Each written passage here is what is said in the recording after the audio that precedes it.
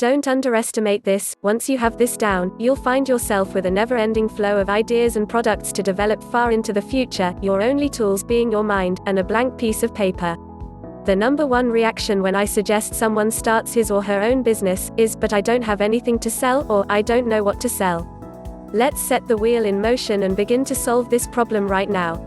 If you're thinking that you lack imagination, or that you don't have the ideas or the experience to create your own products, remember this: everyone that came before you, and everyone that will come after you, will always create their first product with no experience whatsoever.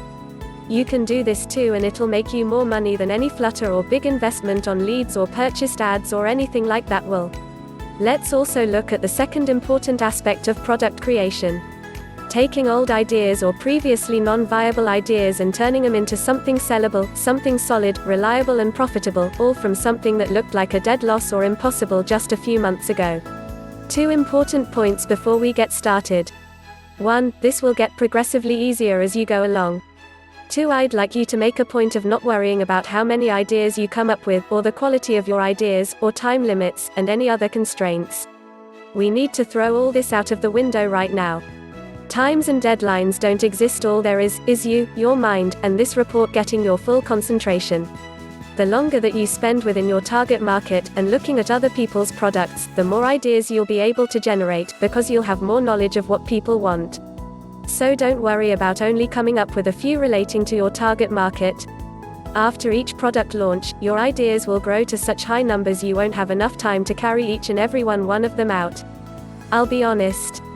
I've been using this method for a long period of time now, maybe 4 or 5 years in total. Things happen all the time. For example, last night I was simply writing the plan for this report and looking at what I wanted to cover, and I had to stop, because ideas kept coming to me over and over. In the time it took to plan a section, which took no longer than it takes to write a full 3 pages of text, I'd come out with no less than 5 individual new product ideas, some of which you'll see released when I'm done with the projects I'm working on right now. That's how powerful this is. One piece of important advice. Keep everything. Write everything down, every idea, every glimpse of a new product or service that might work. If you haven't done so already, create an in concept folder, and within this, every time you get an idea, whether it's viable, good, bad, strange, seemingly impossible or downright crazy, write it down. You'll see why this is imperative later in this section. Let's get some ideas flowing right now by looking at the 3 main ways to create a product, looking first at improvement. Looking at the tools that you use that don't do their job adequately.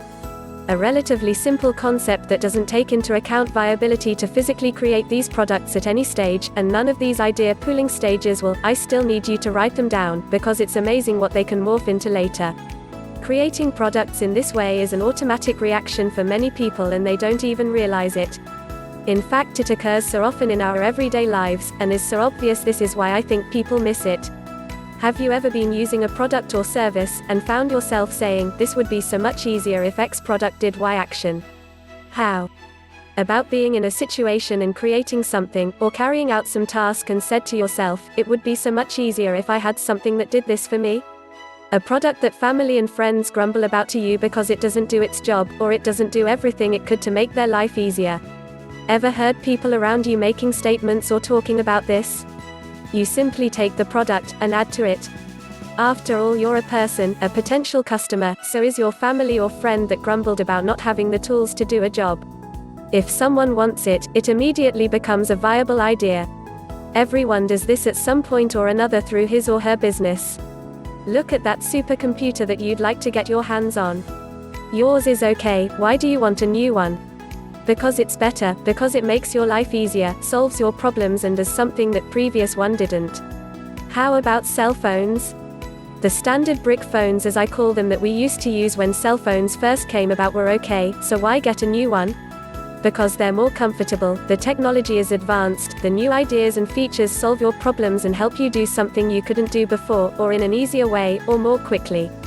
Start to look around you, and if you've ever seen an original concept taken by one business, and majorly improved upon by another business, you can see the effect of this method.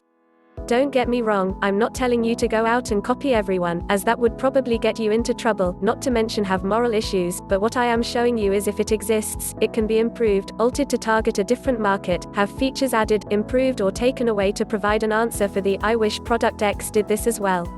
Practice and experience is going to make this easier, so for the rest of the week, I want you to look at things in a new light. Don't go looking for things or try and come up with new products, just go about your daily business, using the tools you normally use, and watch out for those thoughts of wishing something was added, or done differently.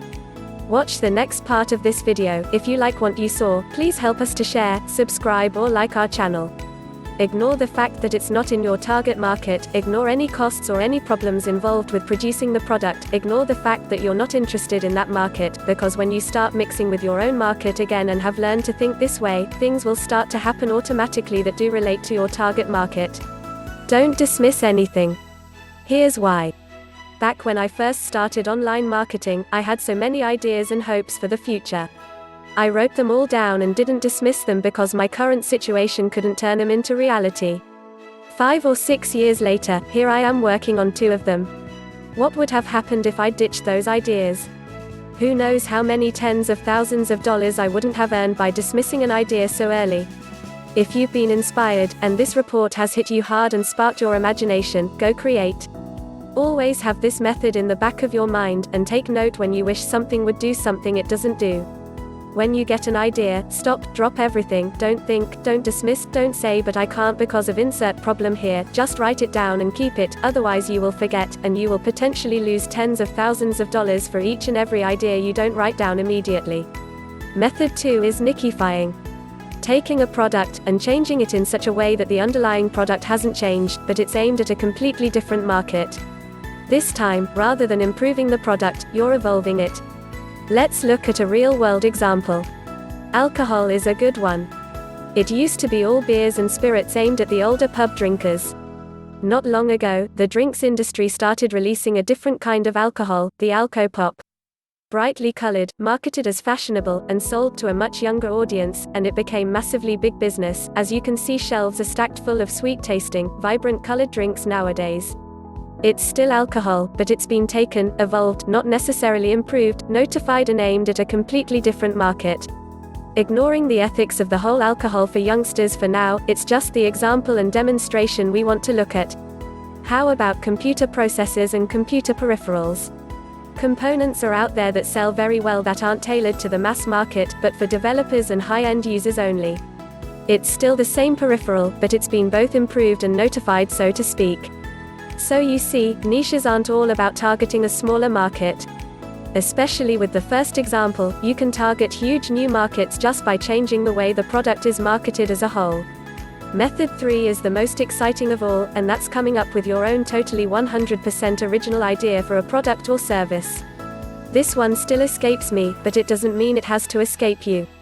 It's the ultimate hardest of the hard, doing a simple search on Google, so see if it exists already, and already finding it isn't such a rare thing. It's not unrealistic or irrelevant for me to tell you about this, however, because there are of course people out there that have done it. Pioneers of brand new concepts or products. I remember reading an article on a mother that came up with a brand new and innovative solution for baby feeding. Today it's being sold all over the world and the idea is all hers, so modern innovation and pioneering creations are possible. If you end up with one of them, I salute you. Get a patent. The 4th and final method of product creation is resell rights. Cheating, as I call it. Selling other people's stuff as your own.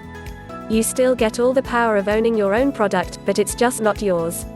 It's a shame that most people get this wrong and end up selling 1980s e-books written on cliché subjects for $5 and expect to get rich. We'll talk.